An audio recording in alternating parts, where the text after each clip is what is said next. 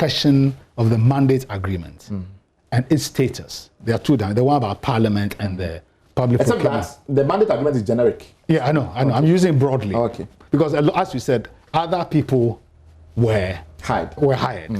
So there's a cluster of relationships that were created on the back of the mandate agreement. Indeed. Now, the finance minister's response to the thing about Parliament, he claims that this is an ordinary advisory transaction. Now, it's a stretching of the word advisory if you look at what these guys actually did.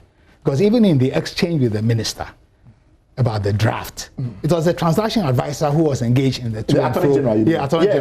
With the to and fro, a very substantive, engagement. It's lawyers working for the transaction advisor purportedly. Yes, but then in addition, the minister referred to the Balkan Energy Agreement and claimed that was the basis for what they did. I mean, if you read the Balkan Energy Agreement, it talks about, say, the transaction being of affecting a major trend, affecting the economic interest of the country.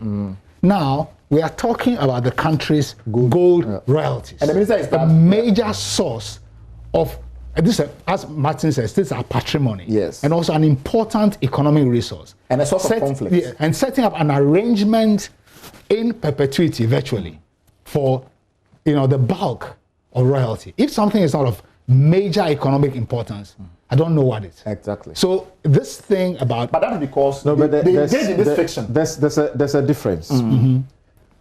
Whilst the deputy finance minister's reply to Martin Amidu is very clear that getting the transactions advisor and all these small aspects of the transaction does not commit the country, he said, autonomously. It's so important that you raise that.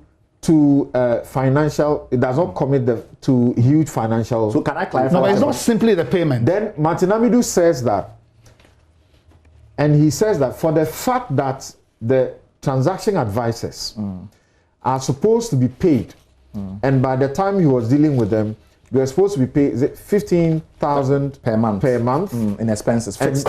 Yes, and to be paid in a quarter, and then also to pay them $4 million success fee of $4 million. That was money. Yes. But committing the country to a lot of money. The interesting part. Let me explain the interesting part. You argue that we brought these people on board, they're just going to give us advice. Right. The real transaction is this other transaction, the financial receivables transaction, the receivables backed financial transaction.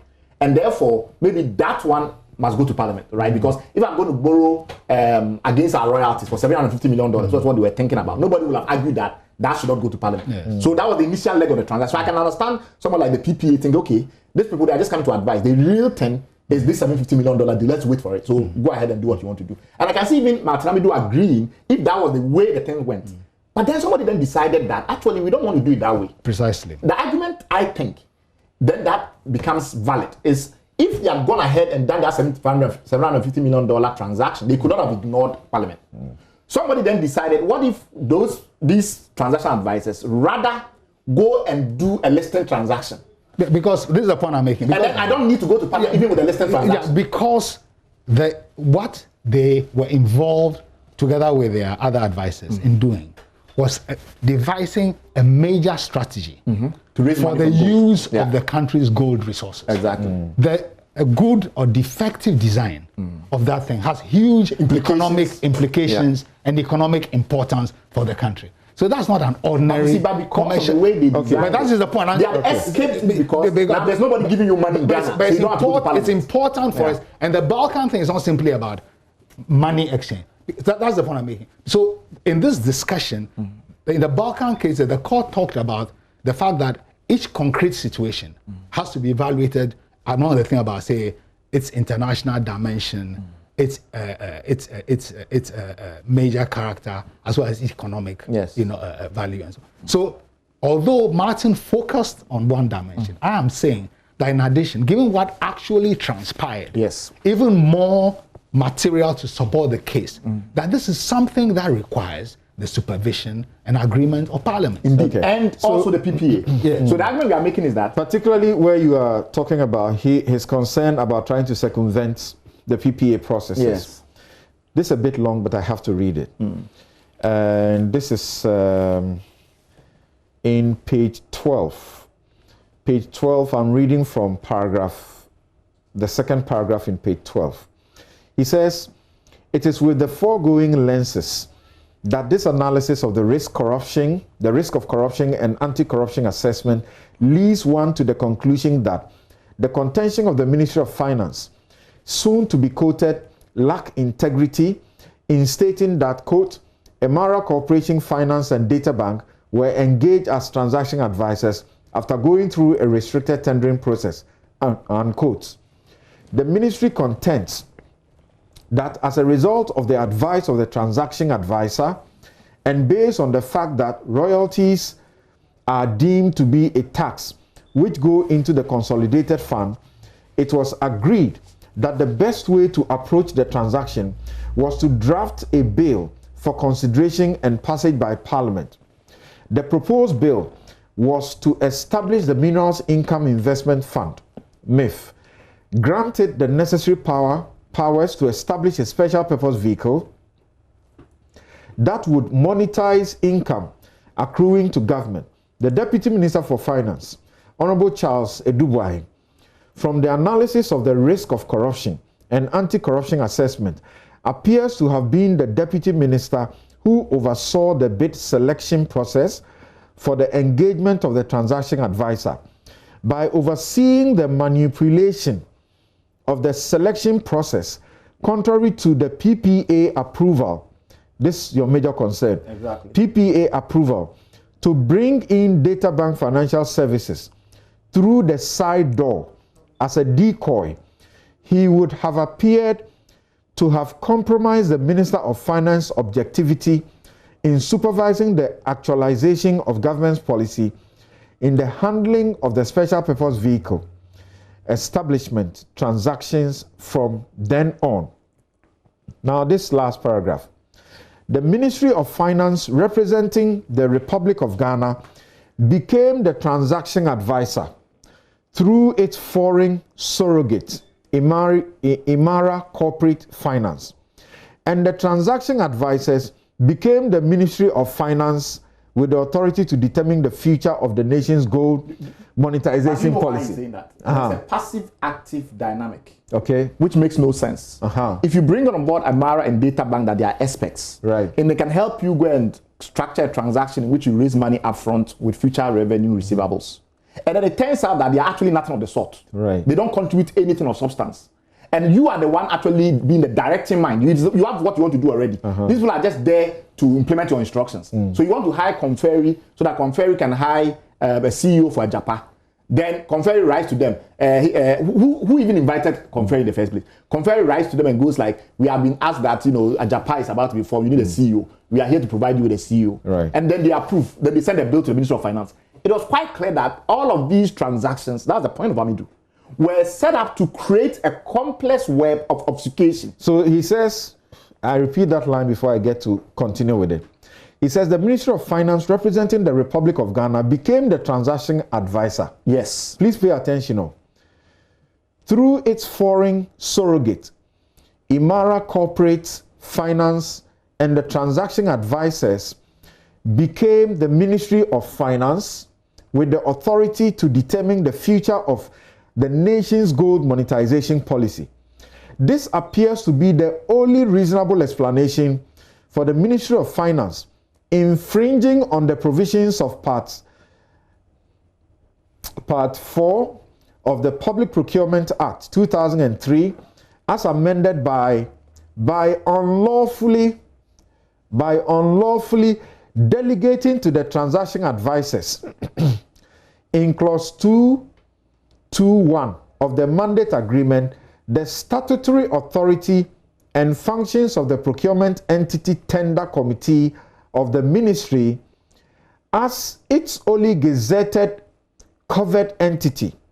This also provides the only reasonable explanation for the ministry violating the public procurement, the public financial Management Act by unlawfully ceding to the surrogate transaction advisors the authority and functions of the chief director as a principal spending officer of the ministry to commit the ministry's budgetary appropriation by signing contracts, engaging and appointing consultants and other service providers. Probity, transparency, and accountability had been sacrificed for the individual interest, greed, and all caution thrown to the wind, thereby lowering the risk of corruption and making corruption a low-risk activity. But you see, here is where there is misunderstanding. The minister then responds and says, what are you even talking about? Whenever we want to go and do a Eurobond, we hire one transaction advisor, and if they want to go and get lawyers and PR people and the rest, that's their problem. Right. This is normal subcontracted. It's a misunderstanding, a fundamental misapprehension of this chronology of events. The chronology of events was that there was initially a very simple transaction. Somebody wants to take our future receivables and give us money upfront. If you take that to the PPA and say you want to get a transaction advisor, it's very straightforward to evaluate. Imara can do it because almost anybody, frankly, can do such a transaction. Okay. You then decide to make policy on the fly, to build a gold royalties company, for which Imara and Data Bank have no capacity whatsoever. And it becomes apparent as time goes on that they have no capacity whatsoever. And all their role now is reduced to doing is circumventing the Procurement Act, because you don't want to go back to the procurement authorities and do the proper thing. You now allow them to go and subcontract completely outside the mandate that you were given by the PPA to go and do a receivables back transaction. Okay. And you continue to evolve that line, and it gets to a point where they begin to make policy for the country because they are now in the position where far beyond the mandate you were given, they have to go and change Ghana's laws to achieve a good royalty company. Right. So now hold it there, and then Dr. Graham will continue from that point by my concluding this particular paragraph. It says the Ministry of Finance, by its stratagem, so the special prosecutor is using words that's full of suspicion. Stratagem.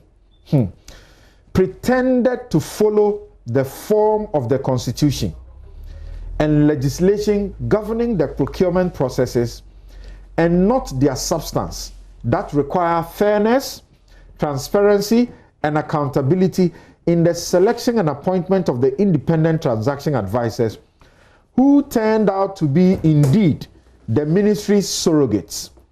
The absence of any evidence of the approval of the mandate agreement by Parliament under Article 1815 of the Constitution makes the appointment of the transaction advisors also unconstitutional, null, and void, and sins against any positive analysis of the risk of corruption and anti-corruption assessment in their handling of the transactions.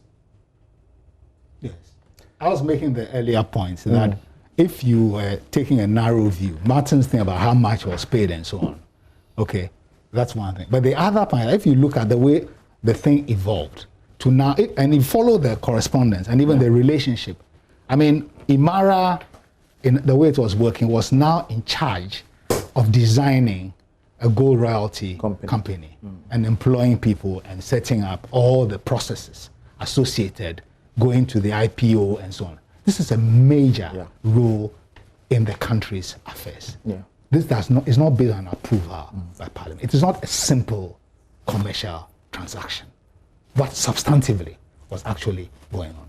Parliament approves the broad policy. But this is what you intend to do. And I say, I'm engaging a transactions advisor who will advise me by doing evaluation and doing recommendations. Yes. What are they supposed to evaluate and recommend? They went way beyond that. That's the point he's making. But what you are talking about, does that not constitute evaluating and making a recommendation? No, I'm saying that if you look at what they were actually doing and what on the face of it seems to be the ministry's relationship with them, okay, that's one. The second one also, even the point Martin Amidou makes in this thing, that where even, say, the scope of the delegation to them to make recommendations for people to be appointed. In practice, they were the ones who were doing the recruitment. Indeed. And there doesn't seem to be any evaluative process on the part of the ministry in supervising that exercise. It became a kind of pro forma thing. Right. In But that the- one, but the in bill that- still in comes to the that- in ministry. that specific aspect, where they seem to have ceded their authority to Imara, Yeah. they themselves appear to have confirmed it with a telephone conversation with the chief director Yeah, yes. when they were asking about the appointment of Africa Legal Associates, yes. where he sought to say that, oh, we are not the one who did the appointment. The transaction advisors did the appointment. Then the special prosecutor reminded him that check your the mandate agreement. He referred him to a specific portion of it. That the ministry should approve. Yes, I will get to the I wrote it down somewhere and said, check that they are supposed to only recommend and you are supposed to do the appointment. If you say you let them they did all of that, you are wrong. And he was looking for documentation regarding Africa Legal Associates appointment. And he said they delayed for so long a time that he came to a conclusion that for all the period of the delay, they didn't have documents. Yeah, and they generated because the appointment, was fraught with corruption. And during the period of the delay, they then decided to manufacture the documents. And even that, they were undated documents. Now he says, you told me that these people did the appointments. And for all other, people that you were supposed to appoint, you said they did it. So let's simplify. Why is it that when it comes to this one, first you tell me that you didn't do the appointment, and subsequently you are now the one supplying me documents? So how do you simplify that? It's very simple. What he's saying is that you went and hired these Imara people to serve as a smoke screen to do three things. He says so, smoke screen. To do three things. One, to bring in data bank without going through the normal scrutiny. Two, so that you'll be able to be the directing mind and influence over all these transactions, but you'll be able to supposedly delegate it. Right. And in doing so, you will still escape the Public Procurement Act scrutiny. And three, so that you can pretend as if the transaction that they were involved in was purely advisory, when in fact they were executing. It's not purely advisory. They were the guys actually building this gold royalty company. But actually, it's you building the gold royalty company, hiding behind them, and making it look as if they're advising you to do something, but that's not what the document and the correspondence shows. And I think that the misunderstanding of his points, which has been very subtle in some ways because it's all document-based and he said this and I said this, has led to a situation where the finance minister's response, his memo, is completely unresponsive. Yeah. It's as if he does not understand the arguments that the special prosecutor is making, and because of that, he's responding to something else entirely. The argument is very cogent. If we allowed everyone to be able to circumvent the Public Procurement Authority that way, we might as well forget the procurement laws. Because all I'll do is that I'll hire you and say you're an advisor, so I don't need to, show any documents seriously to the Procurement Authority. So if you look at the restricted tendering agreement documents, the dossier of documents that the PPA was supposed to base its decision to allow them to hire Imara on, nothing. Don't you get the Deputy Finance Minister's point that then you are seeking to let the PPA micromanage the entire process? No, the mandate has to be clear. If you want them to build a gold royalty company, which any normal rational person will then anticipate a whole manner of things, particularly if you also intend to go and list it on a stock exchange, then that mandate must be clear from the outset. If in the middle of your execution you now realize that actually this is not what I intended to do at all, I didn't just want to do a receivables transaction like a cocoa board loan with a syndicate of banks in Europe, I now want to go and build a receivables company that controls Ghana's future royalties and put it on the London stock market, etc. You need to go back, amend the mandate, and get proper authorization, because that will raise the new risks. Okay. That is a very straightforward issue. Dr. Graham was speaking. Yeah. So, but you see, this thing leads to two related issues. One, therefore, this representation gives a clearer picture of the weight of the conflict of interest in the minister. Now, the finance minister in his response talks about the history of data bank, what a competent company it is. But that is not the issue. That's not the issue. The issue is, does he have material interest in data bank? Does Miss Ashley have a material interest in data bank? It may be that formally Dubois was fronting some things, but if you read his letter, I instructed, I did so and so. So if with this relationship, the doubts about even how data bank came in, the minister and his relation with data bank, major issues of conflict of interest are put on the table. Okay. That, in any serious place, is prejudicial to the role of that axis of Imara and Data Bank in the transaction. You add that to the way in which the stretch of the mandate and the weight and the scope of the work that the partnership came to do in defining this very important area without parliamentary approval, then the question of the legal status of the relationship, their contracting, and therefore all that flows subsequently from it are also called into question. Martin makes the point of nullity. A similar point actually is made, in the Balkan case, that if the thing is indeed an international agreement and it's not approved, it's a nullity in terms of anything done. Because the consequence of this chain of activities. You are suggesting that what Kenoforiata says is not fact or that it cannot be trusted. He says he co-founded Data Bank 30 years ago. Yes. And he says that bank is now the leading investment bank in Ghana. 7 times winner of the best securities brokerage company. I'm not disputing They have been involved in that's what some I'm of talking these about. Conflict of interest over the period. Conflict of interest is not about the quality of the entity. It's about the relationship of that entity to people in decision making in the context of the particular case being discussed. Does he have a material interest in data? Also, does he have close associates in data? So that's what we are talking about. I mean, my organization, Data Bank, has handled our investment. He resigned. He resigned as the executive chair of Data Bank in August of 2012.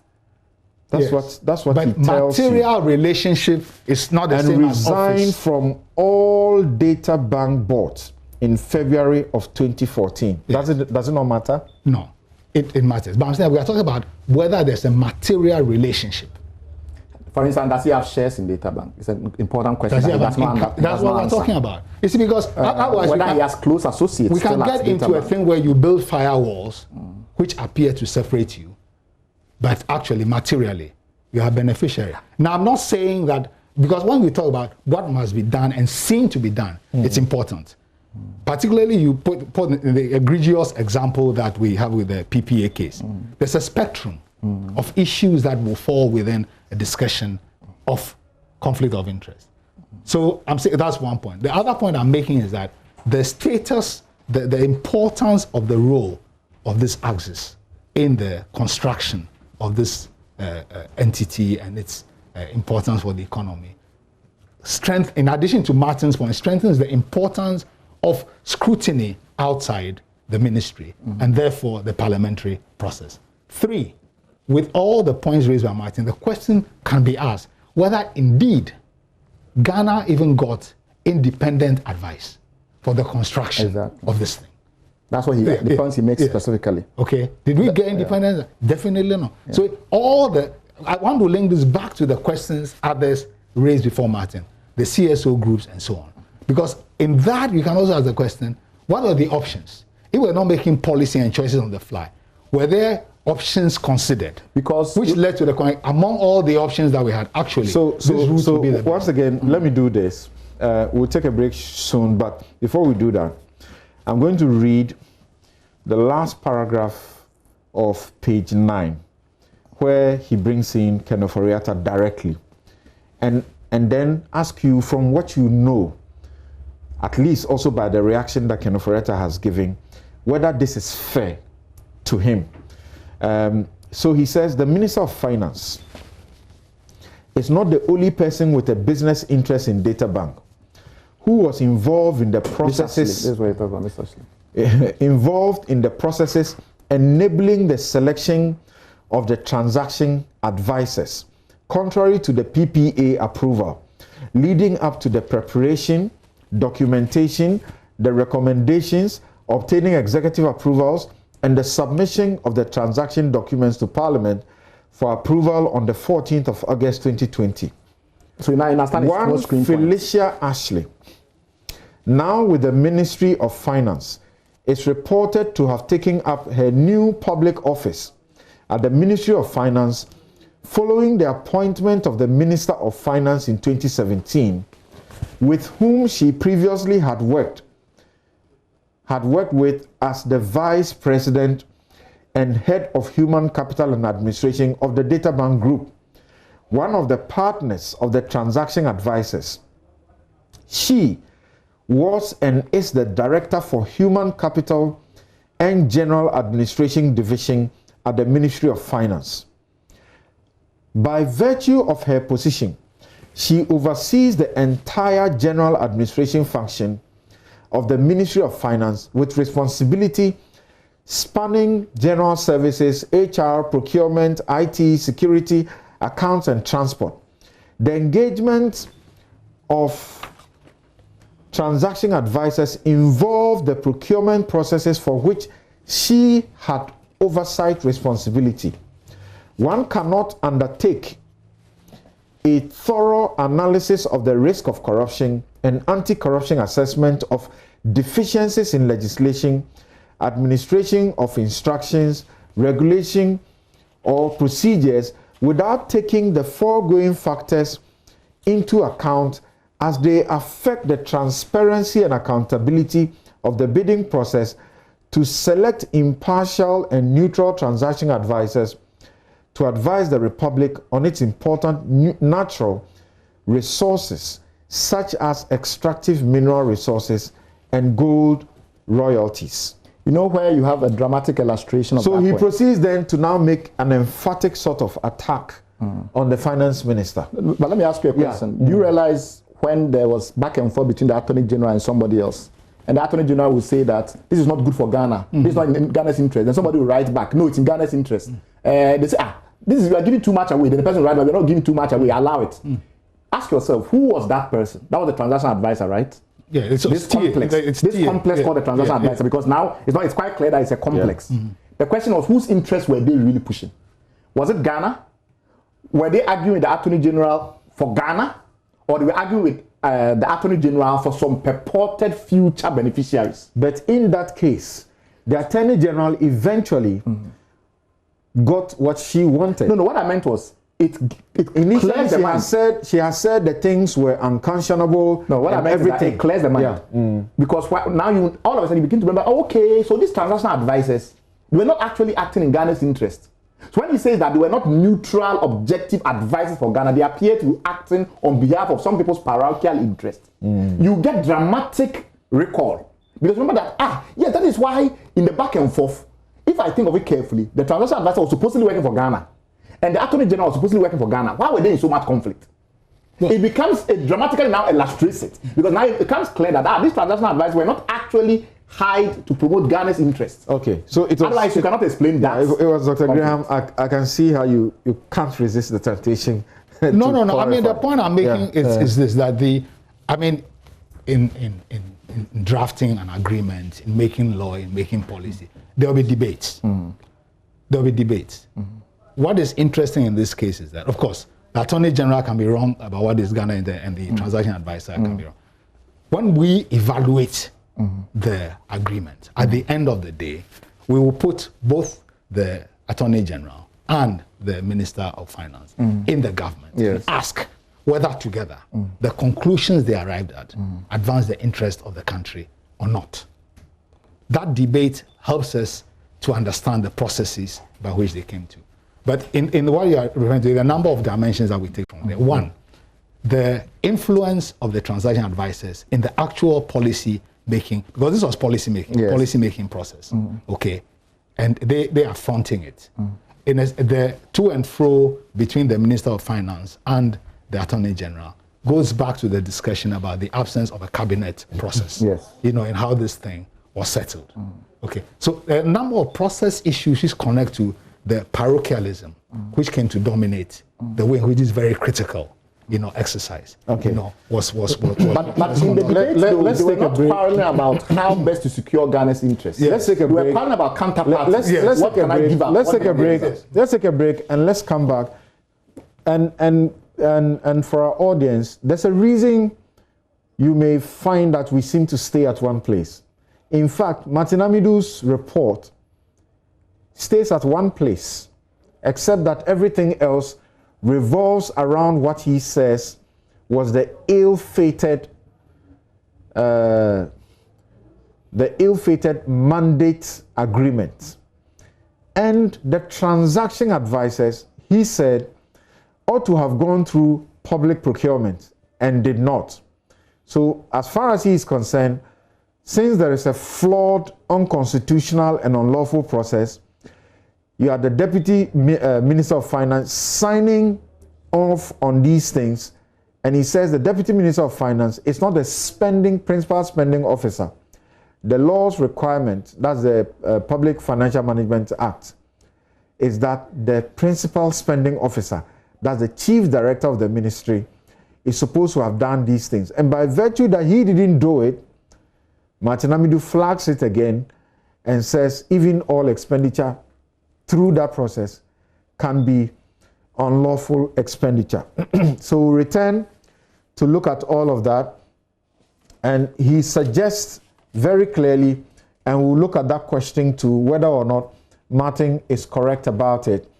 He says that by the way the appointment of the transaction advisor was done, the transaction advisor became susceptible to undue influence. He became susceptible to favoritism, cronyism, nepotism, and all forms of discrimination, which the Constitution abhors. We'll be right back.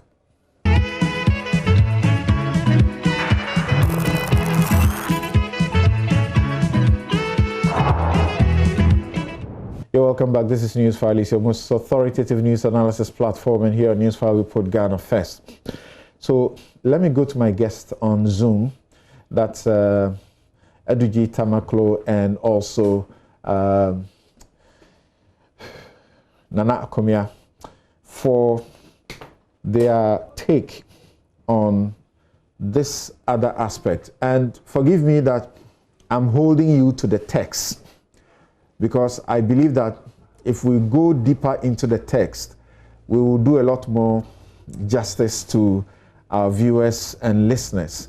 And then subsequently, you know, there'll be the opportunity to do the other way of permutations and all of that. So start with Anakomia. So far, right here in the studio, together with my guests, we are pointing you to various aspects of Martin Amidu's risk assessment. That shows something that you would have something to say about.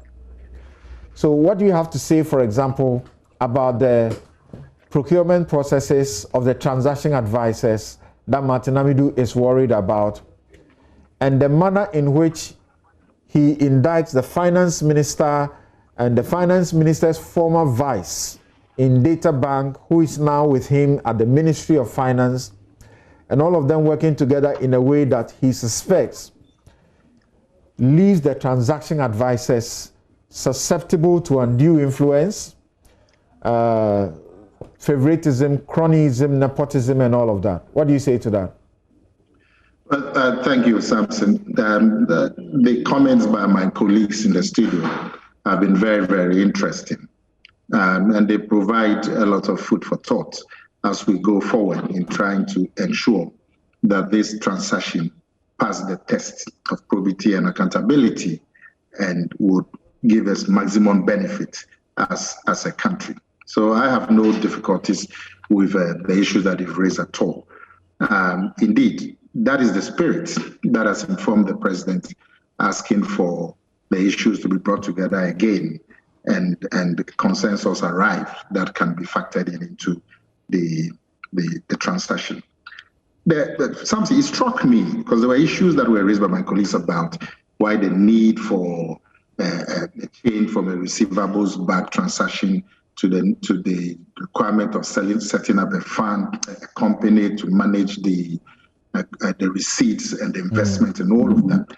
It struck me that there's been a lot of work that has been done on this matter 10 years ago, which also came to just about the same conclusions that the finance ministry today has come to. Look, I hold in my hand documents that relate to the work that was done.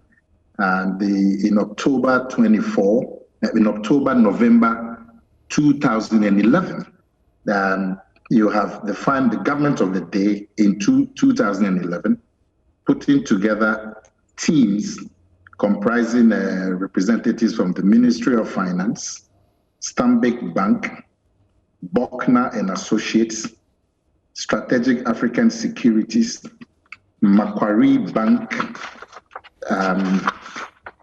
Minerals Commission, Ministry of Justice, Ministry of Lands and Natural Resources, Stanbic Bank. We have referred to this on this platform before. So can you go to the point you want to make about it? Yes, and Martin Amidu coincidentally had the opportunity to also advise on that.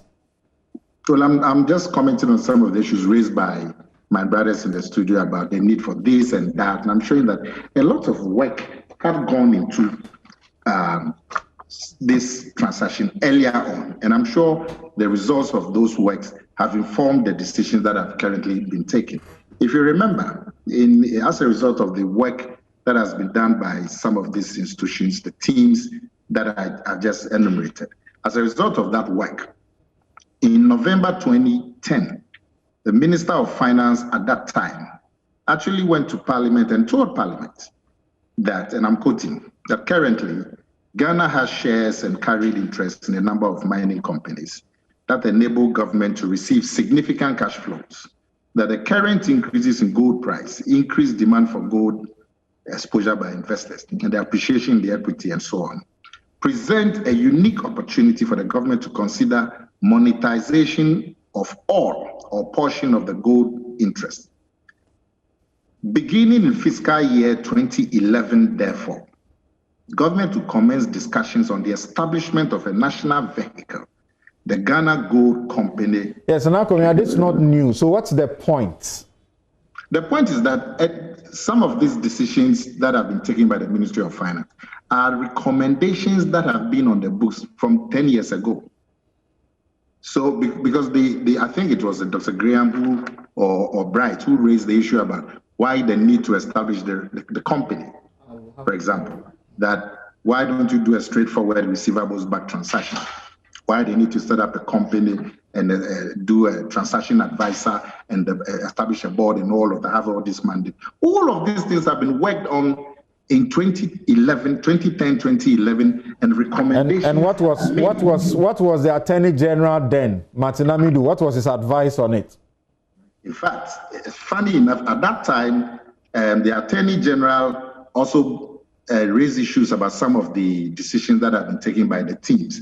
And the Attorney General was then involved and also brought on board. So the process was aborted. So the process was aborted, bottom line. No, it wasn't aborted.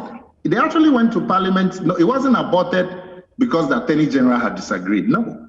If you look at the documentation here that I have, it talks about the rationale for setting up the gold company. It talks about the structure of the gold company.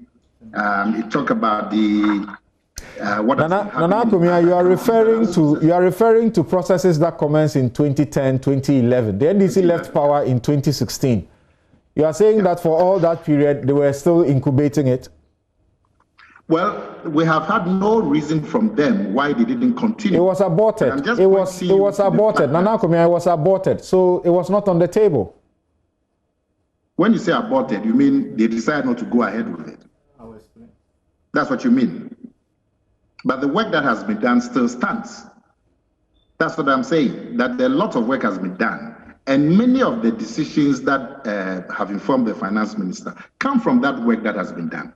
So I don't think it's just the finance minister. The finance minister doesn't say that this is where he takes inspiration from. In fact, they have sought over the period to take exclusive credit for being innovative, and you should grant them that. Don't suggest to them that they have borrowed on, someone's ideas. Well, I don't know if the finance minister has come out to say that he thought about this idea. Yes. I've never heard the finance minister, the deputy minister, who all of whom have spoken on the subject on this platform, have clearly taken credit for the innovation that they have sought to, bring on board, and they have clearly been very bold about telling us the painstaking processes they have had to go into over the period.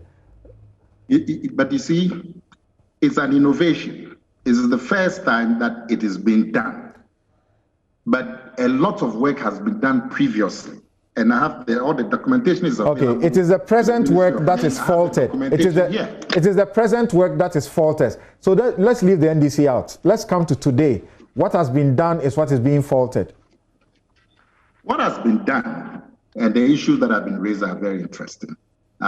You also have to take in mind that the finance minister has also responded to many of the issues that have been raised by the Office of the Special Prosecutor. The finance minister, for example, and I think it's fair to him to also put on record some of the responses that is also put out. According to the finance minister, in the response that is sent to the president, which has also been published, that he believes that they've complied with all the legal prerequisites, from the procurement of the transaction advisor, the submission of documents to the Attorney General and to Parliament for their review, input and approval. They've done all of that. They've complied with the relevant laws, the Public Financial Management Act 2016, the State Properties and Contracts Act 1960, the gift-miss requirement for government payments and so on. They've complied with all of that. That's what the finance minister believes, and that it has been transparent. So we are dealing with you here about the details of what has gone on. The general, yes. If you call it a general traverse, that's not what we are interested in. We are talking about the details. The finance minister's exactly, response. The finance minister's response, I have referred to portions of it here for specific issues that we have raised. So yes. The question I asked you is, for example, if you take the appointment of the transaction advisor and how the process has been gone into, and the special prosecutor says the transaction advisor therefore became susceptible to undue influence, favoritism, cronyism, nepotism, and all. That's where I invited your comment. Yes. The finance minister says that the procurement of the transaction advisor has been done in accordance with the PPA law, and that the processes were adhered to. Evaluation panels were selected, were put up, which selected the transaction advisor and the local partners and all of that's what he has put out. But to answer your question directly, the Office of the Special Prosecutor believes that with the engagement of data bank by the transaction advisor, it brings in conflict of interest and allows the finance ministry, through the transaction advisor, selecting data bank as a local partner, that allows the finance ministry to do things that completely suggest will lead us on to corruption. And that is the view of the Office of the Special Prosecutor. And I have no problem with it, that if this is a suspicion that the way the transaction advisor was selected and the way data bank was selected as the local partner brings the whole transaction. The special prosecutor's assessment, special prosecutor's assessment, if you read from paragraph 16 or page 16, among others, is that we have a Public Procurement Act, and the Public Procurement Act, as amended, clearly has a provision. This provision is entitled or headed Methods and Procedure to Procure Consultants. He's saying that you cannot say that you have gone ahead to procure service providers, consultants, without recourse to the PPA.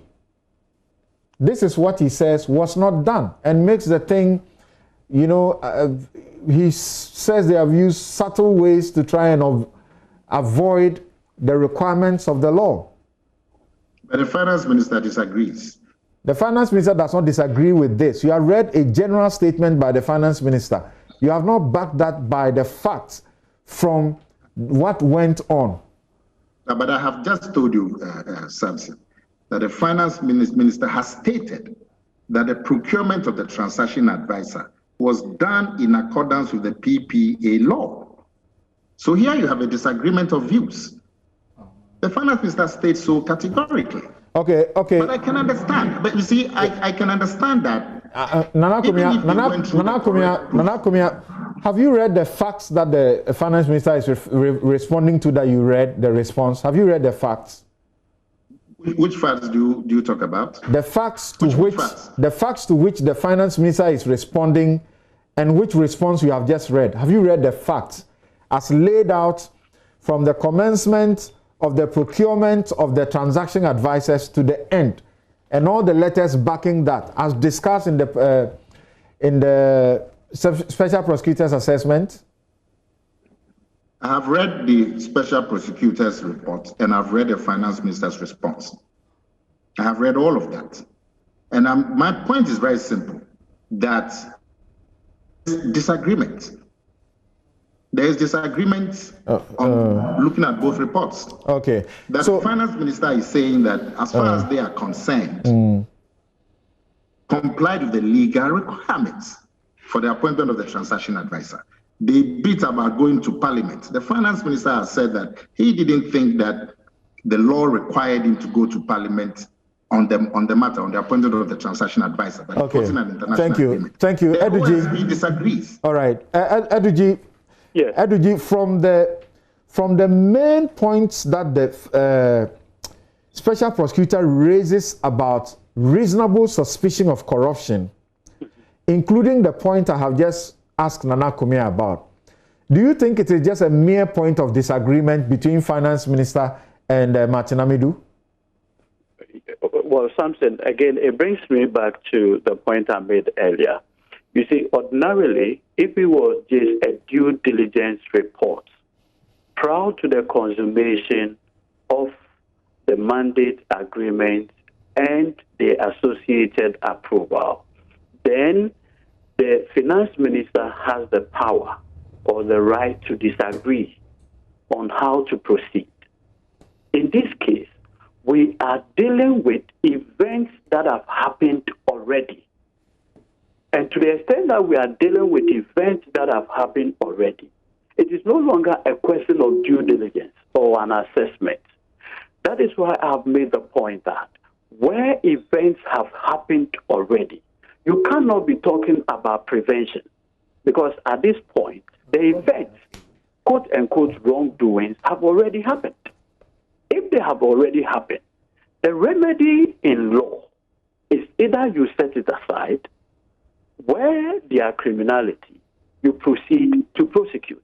Now, in this case, Samson, and like you rightly pointed out, if you look at page 57 of the report, this is what the special prosecutor himself, this is the point he makes. Quote, all the parties to the mandate agreement are deemed to have known the law, but ignored it with impunity in signing and implementing the mandate agreement, which is null and void ab initio, quote, as violating the Public Financial Management Act and the Public Procurement Act.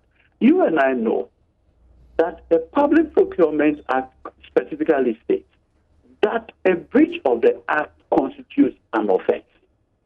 So if a breach of the Act or a violation of state constitutes an offense, let's stop with the greatest respect. The special prosecutor not triggering the prosecutorial powers. Because in this case, if the president has sought a due diligence report on the transaction prior to its consummation, then I will not have a problem with the special prosecutor presenting an assessment to the president. But in this case, the events have already happened. Post facto rationalization. If you are doing a post facto rationalization and there is commission of crime. That is the breach of the Public Procurement Act. And I make this point because, Samson, as we speak, this administration is prosecuting persons in court today on alleged breaches of the Public Procurement Act. The NCA matter, which has already been dealt with, the Cocoa Board matters, the matters involving Maslock, the matter. In all of this, they are alleged breaches of the Public Procurement Act. All right. So do I understand you to say that the Agyapa deal has been consummated? As we speak, the appointment of the mandate and the procurement processes had already happened. And if it has not happened, you will not talk about So violation. my specific question is that the Agyapa deal is consummated. Would we have been here? Would we have been here? Has there been the listing? Now, this is a point. Remember that the listing is an end game. Proud or getting to the listing, there had been a procurement, quote unquote, of the services of Imari, whatever. That service has already been procured. It's an event that has happened can it already. can it be said that it is incomplete, and that's why we are where we are? This is a complete transaction, and it's one of the issues that I want. If it is complete, why did the OSP say that because he are taking over to do the risk assessment, they should hold everything in abeyance? And he says they came back, wrote to him and agreed that they will not proceed any further. If it is complete, why would the president say we need to go back and look at it, or for now everything is frozen? I think that we also need to, something with the greatest respect, we also need to put the activity of the special prosecutor in context. Remember that this whole Agyapa deal had gotten parliamentary approval. Under the current constitutional architecture, if Parliament approves of a transaction, it becomes an executive deed. So if the executive considers what Parliament had approved of, then the way forward is not to take it back to Parliament. Because the last time I checked, the constitutional responsibility or mandate of Parliament relative to this international or said transaction, it does not include the power of reconsideration. It is either you are ratified, and that is why if you look, the Supreme Court in the John Indebugri and the Attorney General, Eka Energy, what have you, what the Supreme Court said is that the reasoning of my learned senior John Indebugri, that with ratification, if the minister wanted to tempt the petroleum agreement, he ought to come back to Parliament, was a wrong statement of the law. And that once Parliament had given due approval to the transaction, it becomes an executive deed. Question, at this point, has Parliament not on the 14th day of August approved of this transaction? The question is yes. And something, there's an important point that we also need What did Parliament approve of? The minimum income investment, the amendment. You're using an analogy of a ratification process. Yes. Okay. But you see, in the parliamentary processes, remember that there are several agreements that were also approved on the 14th day of August. Not only the Minimum Income Investment Fund Amendment Act. And that is another point that we need to draw the attention of the public to. If you look at Minister Kenoforiate's letter to the President in the executive approval, he was seeking an executive approval to permit him to do an amendment of the Act which will enable him to operationalize the MIF Act. Question. The President actually assented to the Amendment Act on the 27th day of August, by which time Minister Kenoforiate had done whatever he wanted to do. So if the minister had already done the operationalization before the President assented to the act on the 27th day of August 2020, what exactly gave him the legal backing to proceed in the manner in which he did? So, look, beyond the issues of chronism, the favoritism, the self-dealing, the conflict of interest, there are key material issues of illegality, even with the Public Financial Management Act. And the Act itself says that a breach of the Public Financial Management Act constitutes offense. 2. The Public Procurement Act also says that a breach of the Act constitutes an offense. And that is the point I was making, that if you look at the mandate, you look at the mandate, just 1 minute, second, if you look at the mandate of the Office of the Special Prosecutor, it is to investigate and prosecute cases of alleged or suspected corruption or corruption-related offenses under the Public Procurement Act. Therefore, I submit that. Okay, so see, you are going back to a point that we shouldn't belabor, because the facts should bear same out, and the law is very clear.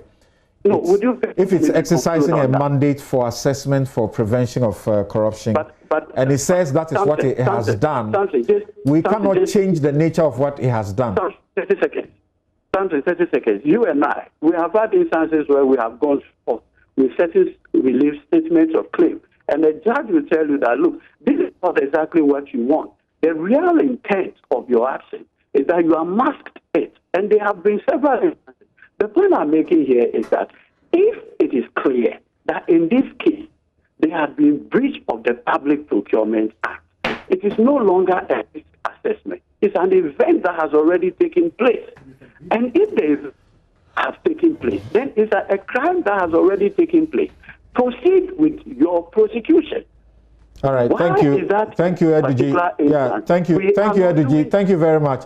We take a break, and when we return, I'll get my guests in the studio to give us other perspectives, including what the president is seeking to be done, because obviously this is such a big issue. It doesn't appear we can exhaust all of it now. And then the special prosecutor, the manner in which he did his job, can he not be faulted in some way?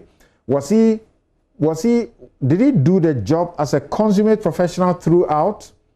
I'll point out portions of his work to you so you make the judgment whether or not he didn't get to do something else on some portions of the work he did. We'll be right back.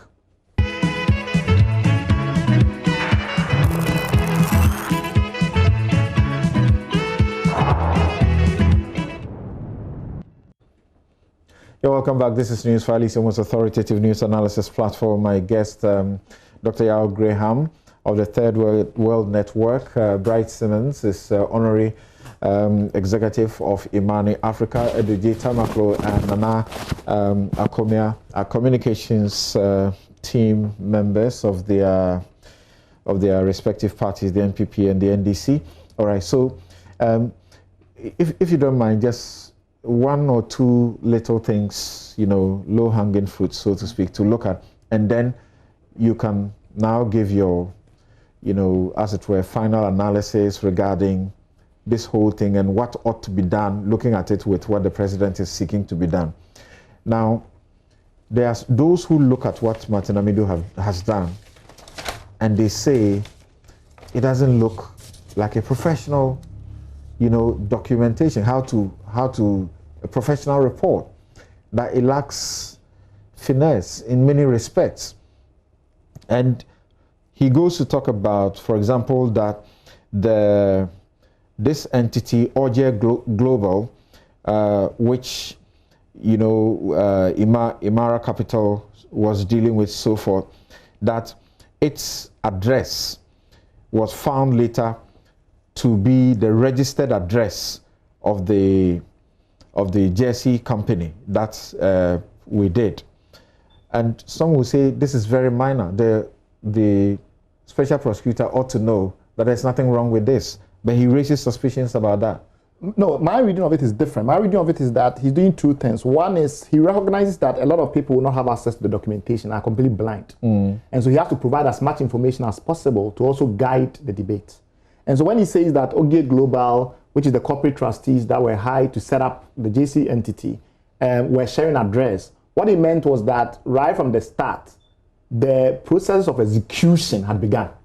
Somebody had gone to the PPA claiming that all they wanted to do was to get an advisor to help them evaluate proposals, unsolicited proposals that were being made.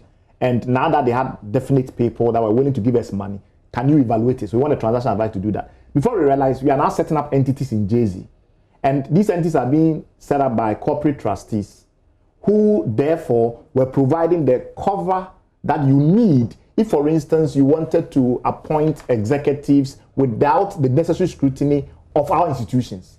And we saw what then eventually happened when we had people appointed that were politically exposed persons and created a whole set of ruckus. Because all the activities that were being conducted, somebody has sat down and designed a system such that they will evade the accountability of local institutions. And those are things that he wanted to set out. I think also that it's important that we make one point very clear. I've heard a lot of people also argue that, oh yeah, Martin Amidu just went on and then looked for, loopholes and blasted it, and in so doing, he's damaged a potentially very valuable activity. Let me make it very clear, emphatically clear. Agyapa as designed does not solve any problem. So it's not a matter of it's a very innovative thing and creative, but somehow because of some minor issues with conflict of interest, we are jettisoning something really brilliant. No. We recognizing that we don't get enough from our mineral resources date back to 1992, when by executive fiat, the government set up the Mineral Development Fund. Okay. It will take us almost 3 decades before we properly ratify the Mineral Development Fund in 2016 with the law. Subsequently, we then determined that we have equity in these minerals, supposed to be 10%. We have royalties, and that money doesn't seem to be transforming the local communities and the rest of it. And we made the determination that we're not getting enough from gold. What do we do? That is the only sound question. How you then proceed from there, if you are doing a truly good faith analysis, will not lead you to Agyapa. Yeah. Then he raises issue with the fact that the payments to be made to Imara, South Africa, are being routed through Imara, Botswana, First Bank. What's the point? Well, anti-money laundering rules are very Something clear. is being very petty about that aspect. And no, I don't think it's being petty. Anti-money laundering rules nowadays require that in your SWIFT instructions, let us know the ordering party, let us know the actual intended recipient, etc. Because where you have a contract with a particular entity, and remember, Imara Botswana is a separate entity from the Imara Capital Finance we're dealing with. You cannot now have a very different, because it's a matter about if we decide to do a forensic audit, we go and audit the company that you are supposedly working with. Any transactions that happen through the intermediary vehicle will be lost to us. You lose the trail. So for instance, let's say that the purpose of the payments made to Imara Botswana was to obscure kickbacks. I'm just making a blanket statement. I'm not accusing anybody of kickbacks. By using a separate vehicle from the one likely to be audited, because the one that you actually have an agreement with, you obscure the flow of funds.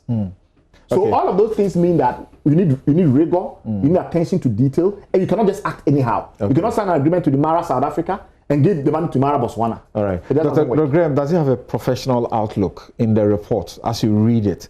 Are there not aspects that you can fault and say, the man who is saying he's done a sloppy job has a point to some extent? Well, I mean, the word sloppy can be interpreted in many ways. I mean, I've heard people say that the thing is difficult to read. Okay, it is not easy to read. That's true. My response has been, I mean, the man is not claiming to be a poet, a novelist, or a playwright. It's not doing a literary essay.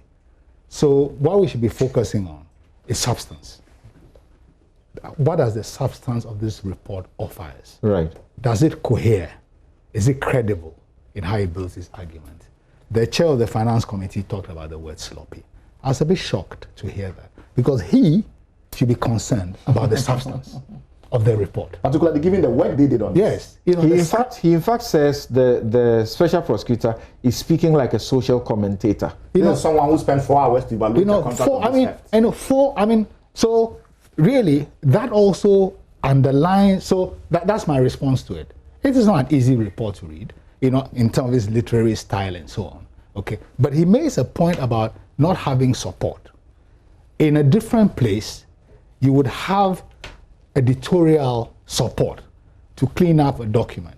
It could also well be that in the climate where we live, where, it's so difficult now, the public service is so compromised, the politics, something like this could leak very easily. So you end up with maybe a concern to protect the material, which means that, it's done. But I think he makes a point about the institution not having enough support. We mean that he had to write this thing himself. And I think we should take that out of it, that actually in the circumstances, he's done as good a job. And give it the time frame. Yes, as good a job as he can do. So we should focus on the substance. The president's direction, what do we do with that? The president's direction is bizarre. It's bizarre because if we add up the elements and so on, and what the special prosecutor report is saying, there's nothing to take back to Parliament. There's nothing to take back. This is something which is indicted in terms of even how the services were procured, and therefore it's not justifiable because of conflict of interest and all kinds of things. This is something which is flawed because a major relationship did not have. So the president should be saying what? Let me finish. The president says, go back to consult on the evaluation, go back to take on board what other people are saying, and so on. A lot of people think which have been said go to the very heart of the conception, whether this is the best way to improve the value of the country's gold resources. I mean, Bright made a point about this not being the way to go, and he made a wider point. Because you see, Martin makes a point in this report several times about the patrimony. It's made in kind of aspirational and grandiose sense. But if we bring it concretely into this context, I mean, our government, including this one, are signing fiscal agreements with mining companies which limit how much financial return we can get. Our governments are allowing mining companies to have employment terms which pay through subcontracting very poor wages to Ghanaians who are supposed to be the beneficial owners of the resource. The routes we had in the Boxer mine where they burned down the place was because workers who yesterday were being paid 3,000 cedis for certain roles, with the outsourcing, we're now being paid about a quarter of that. So the thing about benefits constructed in this kind of as a narrow financial thing post facto, because from at the revenue endpoint rather than a broad economic benefit point itself is very flawed. So to get to optimize the value, there are all these other things. But when you come back to this transaction, a number of points have been made about the agreement. The giveaway terms, the poor valuation, the exclusion of public, supervision, the exclusion of the sovereignty of the country, the opacity of being in a tax haven, and so on. None of those things are cured by the president's directive. So if the president's directive is to cover this thing, really, the government should honestly accept that it is not the way to go. It's dead in the water. We need to go back. May I also make a quick point that... But the president ought to be commended that he says that even if we have to do anything about this, it should be after the elections? Well, I mean, that's really, as a political judgment, I have nothing to say.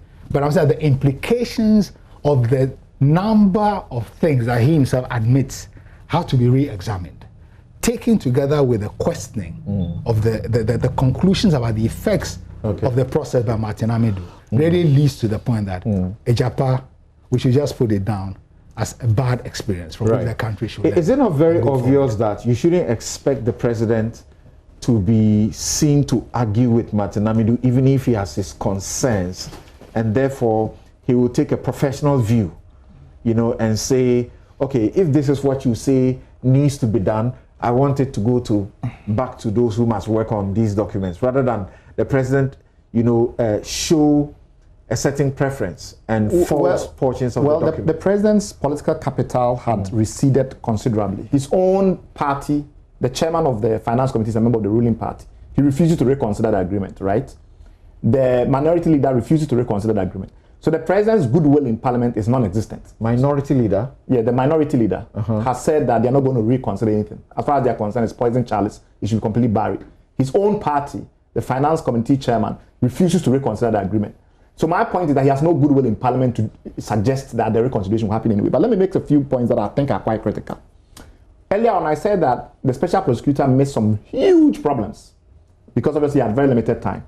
One of the points that is not clear to a lot of people is that when the first decision was made that we're going to get a transaction advisor separate from financial counterparties, remember that Imara won over some people, right? One of them was JP Morgan and a number of other companies, including Rothschilds, etc. When eventually the deal evolved to a point where we are no longer going to do a receivables-backed transaction, where we are going to set up a gold royalty company. Ask yourself who are now the advisors in that process of trying to list. JP Morgan is one of them.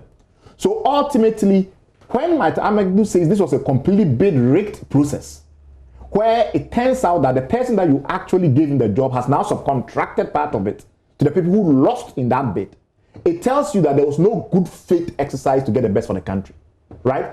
If JP Morgan lost out to Imara / Data Bank, because at that time we're not talking about capital markets issues, right? We're doing a private transaction. And then you eventually evolve the agreement to a point where, or rather evolve the mandate to a point where you're going to list on the stock exchange. And now you find out therefore you need JP Morgan. So you go and subcontract back to JP Morgan. It's a colorful and vivid illustration of the bid rigging point. Last point. If we decide I want to maximize our returns to gold, the place to look is not in royalties. Royalties is almost risk-free. This year we may hit $300 million in royalties. Anybody who tells you that Agyapa is a brilliant deal because you get $500 million upfront to go and invest in development projects doesn't understand the industry. In 2 years, we will make what we are going to get upfront. So we don't need Agyapa for that upfront. From the assessment Martin Amidu has done, Agyapa completely fails the corruption risk test. That is one. But it also fails the national interest and national economic interest test. Absolutely. And that is the point I'm trying to make. What do you say to those who say this is opinion that he has to share? No, because the facts are quite clear. So we can decide what we do with it. In 2 years, we'll make $500 million from our royalties. Where we've not been making money is the equity. The 10% you're supposed to hold in the company, that's the one that's not returning. If you want to create a vehicle to maximize government's returns, put those 10% of the different companies into a super vehicle, increase proper supervision so that you ensure that transparent mispricing and those things don't happen, so that the profits are actually generated, and let that vehicle rather reinvest. A situation where you take the risk-free assets, which is the royalties, to put it in a speculative vehicle and put it into the on the stock market in order to try and maximize volatility, it's not financially sound. Right. It is the equity we must look at. So Agyapa does not even merit evaluation. Okay, thank you. Our viewers have appeared to be in the greater numbers suggest that, you know, we clearly seem to have space to deal with the document a lot more. Can we have the two of you commit to take our time to deal with it? We haven't even dealt with the other aspects of bringing in government official one and what should happen. Can we have you guys next week? Do we have a deal? We'll look at it. Do we have a deal? We'll look at it. We'll look at it. All right. Thank you also very much. And sorry we are unable to come back to you, Nana Kumia and Eduji Tamaklo. My guests have been Bright Simmons, Honorary Executive, Imani Africa. Dr. Yao Graham is Coordinator, Third World Network. We had Nana Kumia, member, MPP Communications Team and MD of the State Transport Company, and Eduji Kujo Tamaklo, a lawyer and member, NDC National Communications and Legal Team. I'm Samson Ladi Anyanini.